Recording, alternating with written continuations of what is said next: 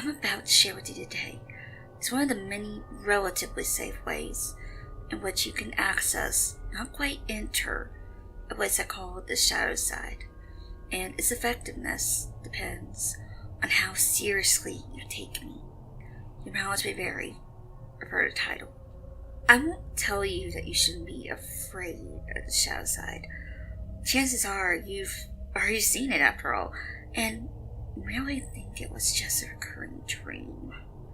I will tell you, there's no need to be ignorantly afraid of it, though. There is a difference. Ignorance fuels fear, and fear can give that place a lot of juice to run on. You have to be big on preparation if you want to try this. It's like skydiving. If getting it right on your first try is not something you're good at, then this is not for you. If you do drugs or alcohol the night of the event, you're going to have a bad time. If you're going through some serious issues in your life and are not feeling mentally or spiritually stable, or if you're doing this just to escape, you're going to have a bad time. And if you don't follow my instructions, particularly the multiple backups I'll give you, which, trust me, are there for a reason, you're going to really have a bad time. The name of this game is The Three Kings, by the way. You'll need a very large, empty, and quiet room, preferably without windows. If windows exist, you need to be able to cover them and ensure total darkness. Basements usually work well if they're roomy enough. A pack of candles. You only use one if all goes well, and a lighter, a bucket of water, and a mug. A fan, 2 large mirrors, like the one in your dresser. Don't worry, they won't be harmed, or if they are, it'd be the least of your concerns. 3 chairs, an alarm clock, an active cell phone. Don't forget to charge the goddamn battery. A loved one, willing to follow rules and go along with all this madness. A small toy or your object from your childhood. Place 1 chair in the center of the room, facing north. This is important. Place the other 2 chairs exactly to the left and right, facing your throne. The distance between your throne and that of your queen and fool should be about the length of your arm to each side, more or less. Place the 2 large mirrors on the queen and fool chairs left and right of you, facing you and each other. Try your best to have them stand at a 90-degree angle, or else you may get more or less than 3 kings. If you're sitting on your throne, facing straight ahead, north, you should be able to perceive your own reflection in each of the 2 mirrors without actually having to turn your head nor your eyes to do so. If you see your own reflection in the corner of your eye, just barely there, then you've done it right. Place the bucket of water and mug in front of you, just barely out of reach. Place the fan behind you. Turn it on. Don't set it to maximum power. Medium or low is usually enough, but leave it on. Turn off the lights, leave the door open, and go to your room.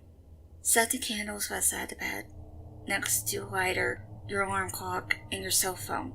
Leave it charging. Set your alarm clock for 3:30 a.m. Turn off the lights and sleep while holding your power object. Get some rest. Wake up at 3:30 a.m. with your alarm clock. Turn it off, but don't turn on the light. You have exactly 3 minutes to light your candle, grab your cell phone, and make your way to the dark rooms in your throne. You should be seated by 3:33 a.m. Don't forget your power object.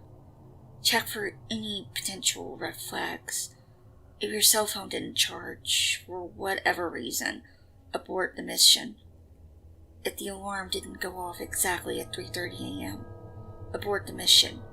If you find the dark room door closed, remember, you left it open. Abort the mission. If the fan is turned off, you left it on. Abort the mission. Side note, if you have to abort the mission due to any of the above, leave the house with your loved one. Go to a hotel or something. There's no need to run. You have time to grab a jacket and your keys and whatnot, but leave. After 6 a.m., the coast should be clear. If all is going according to plan, you can proceed and take your throne. Do not look directly at either of the mirrors beside you. Do not let the candle go out. The fan's behind you. You must protect the candle with your body, which is standing in between. There's a reason for this, as you'll soon see. Look straight ahead at the darkness. Not the candle, not the mirrors, just straight ahead. Eagle-eyed listeners surely noticed I didn't say during setup which chair was queen and which was fool. That's because it's your job to find out. And from their point of view, you're either their queen or their fool too. Hence, 3 pinks. I won't spoil what happens next. Suffice to say, you won't be alone. And if you have questions, you'll get answers. Sometimes in the form of new questions, but hey, that's the story of humanity, eh? Just stay put and try not to move. Again, do not look directly at the mirrors or the candle. Just straight ahead, trust me. Don't chicken out either. You need to wait until 4:34. By 4:34, it's all over. It's okay to tremble a little. Just try not to. Not because it affects the ritual or anything. It's just a pussy thing to do while in polite company. Did I mention not to let the candle go out? That's what the fan is for. You're protecting the candle with your body, but if your body were to be suddenly moved, the fan would turn off the candle.